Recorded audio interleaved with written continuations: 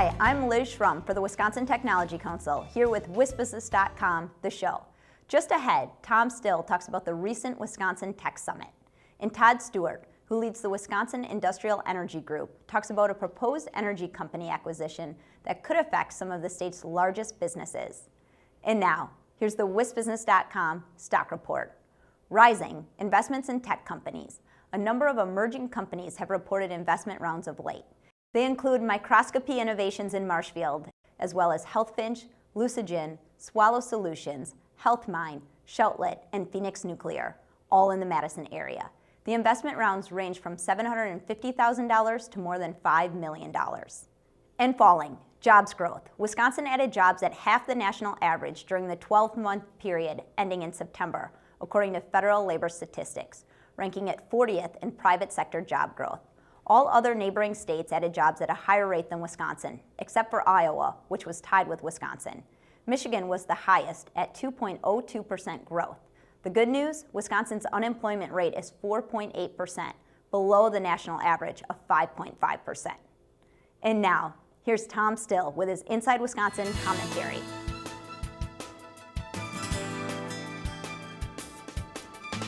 The second annual Wisconsin Tech Summit in Waukesha County was a hub of activity for more than 50 emerging companies as well as 15 major companies from across the state.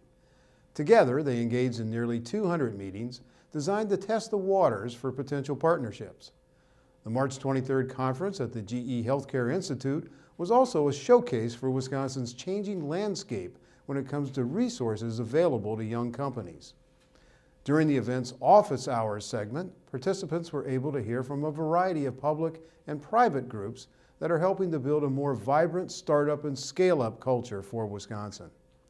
Those groups included the UW-Milwaukee Research Foundation, the Center for Technology Commercialization, the Midwest Energy Research Consortium, the Water Council, Scale Up Milwaukee, and the Wisconsin Economic Development Corporation.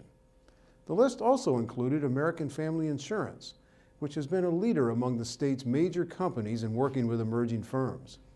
Also featured were the Milwaukee Institute, which is providing high-performance computing options for companies of all sizes, and a partnership between Dedicated Computing and Intel to help companies in the life sciences sectors.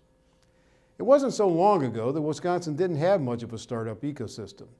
Today, that structure is expanding and becoming more tailored to the needs of companies in various stages of development. Business-to-business interactions are among the most important part of that structure.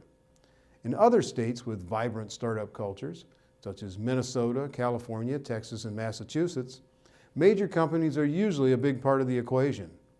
They see it as part of their competitive advantage to work with younger companies, especially those in their same industry space. The ways for big and small to work together can range from investments to R&D partnerships to other strategic deals. Led by some of the major companies that took part in the Tech Summit, Wisconsin is beginning to embrace the notion that a healthy economy requires a mix of large and small enterprises. Those enterprises sometimes cross paths, usually for their mutual good. We're back with Todd Stuart, Executive Director of the Wisconsin Industrial Energy Group, which represents 30 of the state's largest industrial electricity customers. Welcome, Todd. Thanks for having me. The State Public Service Commission may decide to approve the acquisition of Integris Energy Group by Wisconsin Energy Corporation. What are your concerns regarding this $9.1 billion acquisition? We've got several major concerns. First of all, we're some of the largest energy consumers in the state. Many of them use $1 million a month or more in electricity. So the price they pay in energy costs is not just any cost. It is a huge part of their bottom line and part of their cost of doing business in this state. Now that said, this acquisition to us raises a number of different fears and concerns.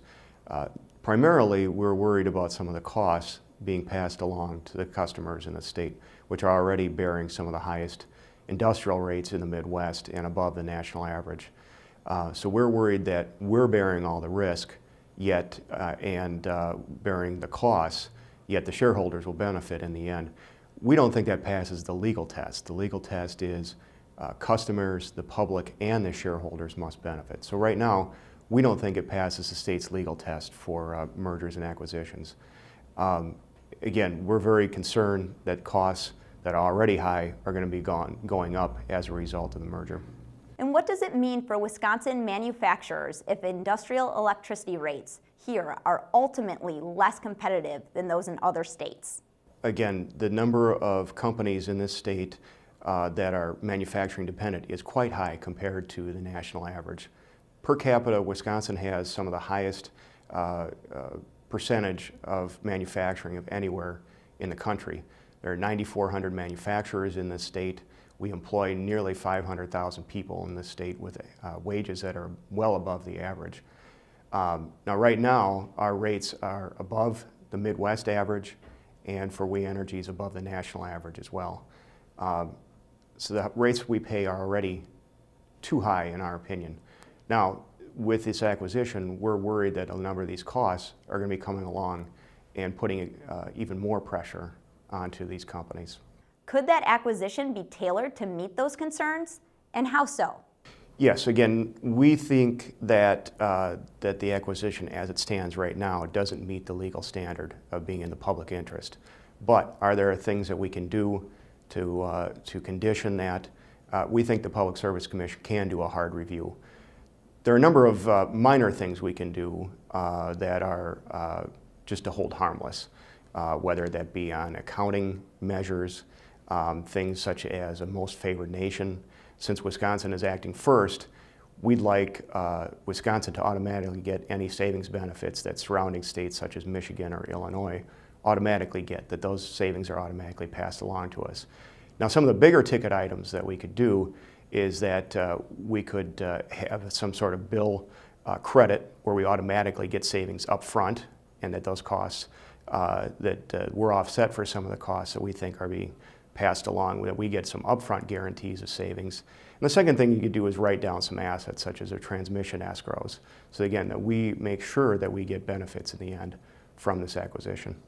Thanks, Todd, and thank you for watching this edition of WisBusiness.com, The Show. The show is produced by WisBusiness.com and the Wisconsin Technology Council, and sponsored by UW-Milwaukee. Visit our websites to read and learn more. I'm Liz Schrum of Talent Foot Executive Search. See you next time.